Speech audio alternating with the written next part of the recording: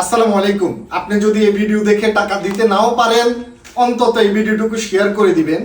এমন অনেক মানুষ রয়েছে যিনি এই ভিডিও দেখলে কিছু টাকা দিবে, যে টাকা এই মানুষগুলোর উপকারে আসবে। আমার পাশে যে মানুষটা বসে আছে তার নাম ফরহাদ, তার বাড়ি হচ্ছে চাঁদপুর জেলার শারাস্তি উপজেলার কাকুরতলা বাজার সংলগ্ন হাজীবাড়ি। তার ওয়াইফ গত 3 মাস আগে ব্রেন টিউমারে আক্রান্ত হয়।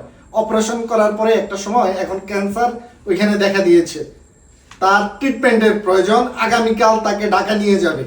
এই ফরহাদকে আপনারা অনেকেই চিনেন। শারাস্তি উপজেলায় স্টেট ফার্স্টে রাইড করে মানুষের বাড়িতে বাড়িতে গিয়ে মালামাল পুছিয়ে দেয়। গত 3 মাস তার ওয়াইফকে নিয়ে দৌড়াদৌড়ি করতে করতে তার চাকরিটাও চলে গেছে। মানে তার হাতে যা ছিল তাই বিক্রি করে দিছে। যে মোটরসাইকেলটা নিয়ে আপনারা দেখতেন মানুষের বাড়িতে বাড়িতে যেত, ওই মোটরসাইকেলটাও বিক্রি করে দিছে। আপনারা জানেন যে একটা মানুষ কতটুকু অসহায় হলে সোশ্যাল মিডিয়াতে নিজেকে নিয়ে আসে। তার ওয়াইফের বাড়ি হচ্ছে কচুয়া উপজেলার রহিমানগর বাজার সংলগ্ন বলরা। তার ওয়াইফের এসএসসি বেস 2019 সায়েন্সে ছিল। তার নাম কি? হালিমা আক্তার লিলি। হালিমা আক্তার লিলি। হালিমা আক্তার লিলি। আপনাদের পরিচিত কেউ যদি রহিমানগর থেকে থাকে, গার্লস স্কুল থেকে পরীক্ষা দিয়েছে 2019 সালে সায়েন্সের, অবশ্যই এই ভিডিওটুকু মেনশন করে দিবেন যে 2019 সালের হালিমা আক্তার লিলি ক্যান্সারে আক্রান্ত। আপনারা আপনাদের প্রত্যেকের অবস্থান থেকে চেষ্টা করুন এই মানুষটার পাশে দাঁড়ানোর জন্য। মানে আপনারা দেখছেন ফরহাদকে, তার ঘুম নেই।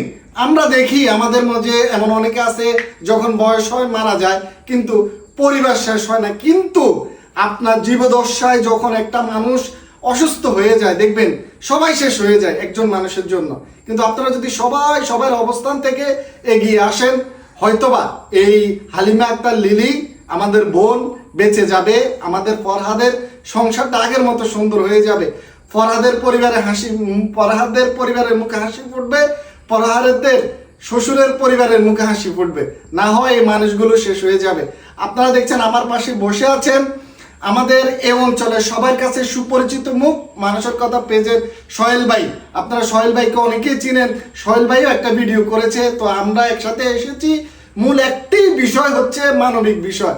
আপনি আপনার অবস্থান থেকে, আমি বিকাশ নগদ নাম্বার দিয়ে দিচ্ছি ফরহাদের, সরাসরি ফরহাদের সাথে যোগাযোগ করবেন।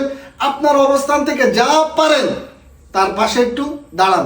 দান বালা মুসিবত দূর করে আমাদের এই বোনটাকে বাঁচানোর জন্য সহযোগিতা করুন।